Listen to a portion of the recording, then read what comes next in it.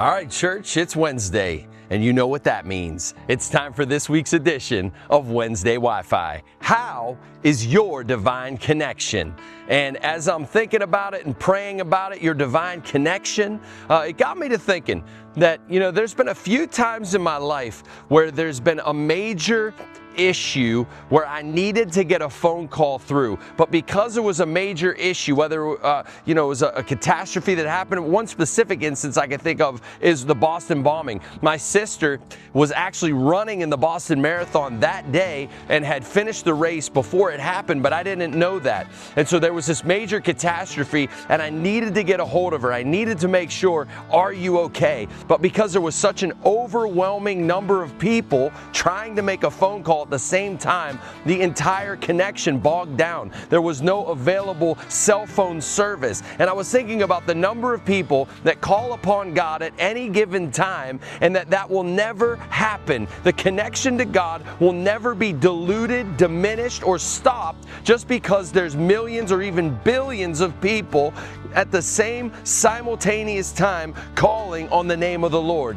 God hears you every time. There is no delay. There is no stoppage. There is no bogging down. There is no disruption to your connection, that you can know you can always have divine connection. Jesus is as near as the mention of His name. As a matter of fact, that's what's going to bring me to today's proverb. We're in Proverbs chapter 20 in Proverbs.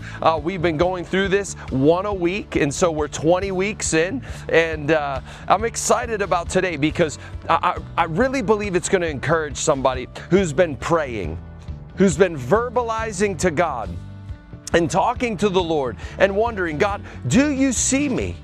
Do you hear me? Do you know what's going on in my life or in a loved one's life? Perhaps in your marriage, at your job, with your children, in your finances, in your emotions, in your mind. You're like, I'm praying, I'm crying out, God, are you there? God, do you hear me? And so in Proverbs chapter 20, verse 12, it says this: the hearing ear and the seeing eye, the Lord has made them both.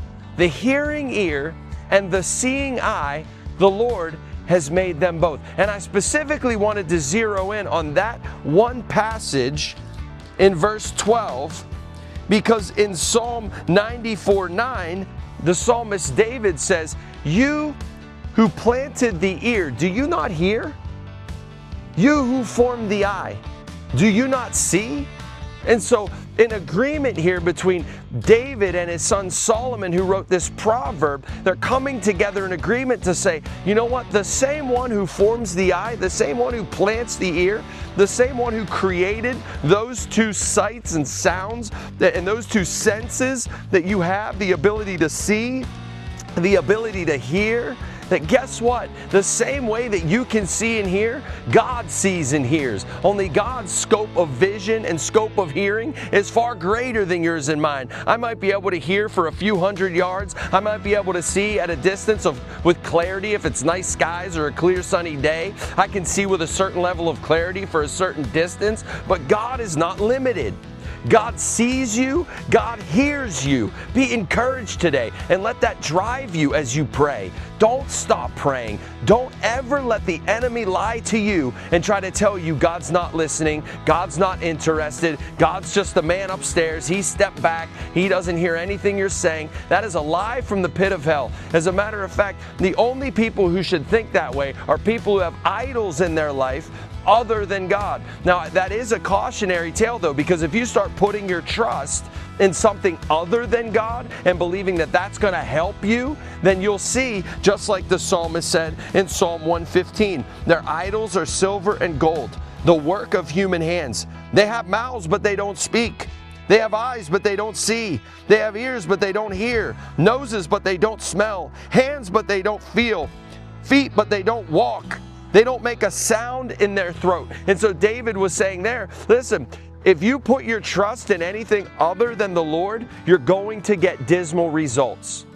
And so if you're putting your trust, if you've somehow navigated away from prayer, you're probably, first of all, worrying. You're probably filled with worry and anxiety because you're not putting your trust in the Lord, and there's no peace there because it might have, seeming eyes, so to speak, or seeming ears, to speak, to hear, but they can't do anything for you.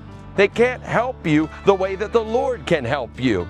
And so may you continue to pray, continue to press in, continue to trust the Lord, and know He sees and He hears. Your prayers are not falling on deaf ears, and your situation is not overlooked. God knows right where you are, and He's with you, and He's strengthening you. Matter of fact, for some of you, that's the only reason you're able to stand today, because the Lord has been strengthening you through all the trials, through all the tribulation, through all the troubles. God's continued to give you strength. You just continue to trust in the Lord. Walk by faith and not by sight, and watch how the Lord shows up. Here's your sermon in 60 seconds. We dove into the book of Jonah, but we continued in this breakthrough thread, and the breakthrough was breakthrough in your assignment. Jonah had an assignment, and decided to run from that assignment. Okay? He was given a word from the Lord, a directive from God, an assignment from God. He was told what to do, where to go, what to say, and Jonah decided to run from that. And so by the end of the service, what it all circled around to was Jonah running from God led him to going down, down, down, down. Every step he went away from God and away from God's purpose in his life led to a downward spiral. Okay? And that's a real life lesson for everyone. But if you want to do your own thing and wield your free will in a direction away from God, it's not going to go well for you. It will be a downward spiral. And so Jonah goes down, down, down, down, and he's running. And by the end, though, we understood that, you know what? God foreknew Jonah was going to run, and He still called him. God, in His omniscience, knew when He called Jonah, he's not going to obey me initially. He's going to try to flee. And yet God still called him, because the callings and the giftings of God on your life are irrevocable. And so we ended with, if you are down today or you're beat up today by life, get up. It was bookended, those scriptures that we read Sunday. First, God tells Jonah, get up and go to Nineveh. He gets up and runs. And then at the end of that passage, one of the sailors says, get up and call on your God. In other words, get up again. The righteous fall 7 times, but they get up again. And that was my challenge to everyone there and to you today. If you're down, get up. And the number 2 was, if you're running, stop. It's exhausting. You can either run from God or walk with God. It's exhausting and frustrating to run from God, but it's filled with so much joy, satisfaction, and peace to walk with God. And that's what I pray for you today, this week, and always, that you walk out God's purposes for your life. This Sunday, we're going to be going back into the book of Jonah, picking up where we left off, and it's going to be in the middle of a tumultuous sea. So I'll see you this Sunday, 8, 9, and 11. I love you, church. God bless you.